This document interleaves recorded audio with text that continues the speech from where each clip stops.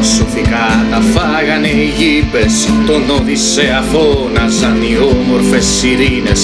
Αγάλματα έπλαθε της Μέδουσας στο βλέμμα, αυτή όταν σε κοίταζε σου πάγωνε το αίμα.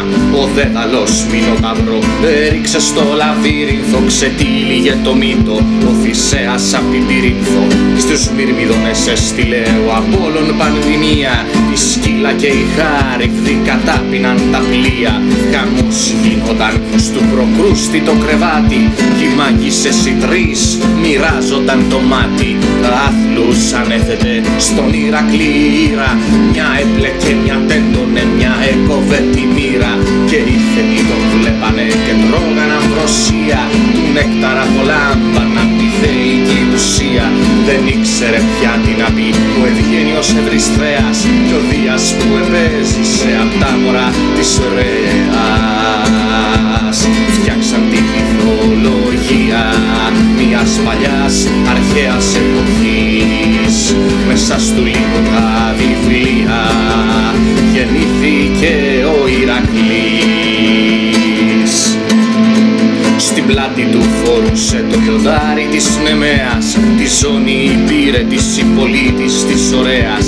Τις τυφαλίδες όρνηθες και τη λερναία ύδρα, της έκαψε και έπνιξε στην κούνια του τα φίδια. Ταξίδεψε στην Κρήτη και δάμασε τον Ταύρο, ξερίζωσε τα δόντια από τον έρημανθιο κάπρο. Μονάχος του το έπιασε της Άρτεμις το ελάφι και νίκησε το Γέρβερο το φύλακα του Άδη. Έκλεψε τα άγρια άλογα του Διομήδη, που σάρκα τα ετάιζε και τα είχε κάνει κτίνη. Τα ποταμιά έστριψε στους στάβλους του Αυγία, το Γυριώνη κέρδισε ο πρώτος γιος του Δία.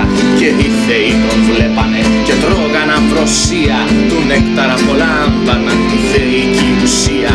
Δεν ήξερε πια τι να πει ο Ευγένιος Ευρυσθέας, κι ο Δίας που επέζησε απ' τα μωρά της Ρέας.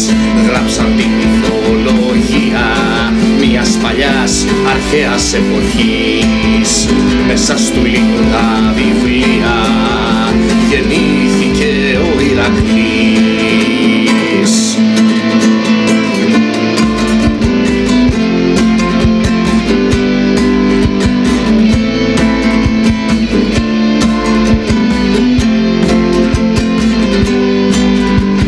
Πλάτη του εσήκωσε τον ουρανό με τ' άστρα και τον Τιτάνα γέλασε το θρύλικο τον Άτλα. Τα χρυσαφένια μάζεψε τον Εσπερίδων μήλα και άφωνη την άφησε την κακιασμένη ήρα. Σήκωσε ο ημιθεός τον Ανταίο στον αέρα και του κόψε τη δύναμη απ' τη μάνα του τη γέα. Κι η ήρα δεν το πίστευε και έβριζε τα θεία, μα ποιος να μπει εμπόδιο σε έναν γιο του Δία. Και οι θεοί τον βλέπανε και τρώγαν αμβροσία, του νέκταρα απολάμβαναν τη θεϊκή ουσία.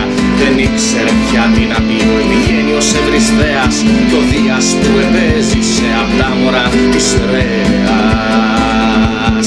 Γράψαν τη μυθολογία μιας παλιάς αρχαίας εποχής, μέσα στου λίγο τα βιβλία γεννήθηκε ο Ηρακλής. Γράψαν τη μυθολογία μιας παλιάς αρχαίας εποχής, μέσα στου λίγο τα βιβλία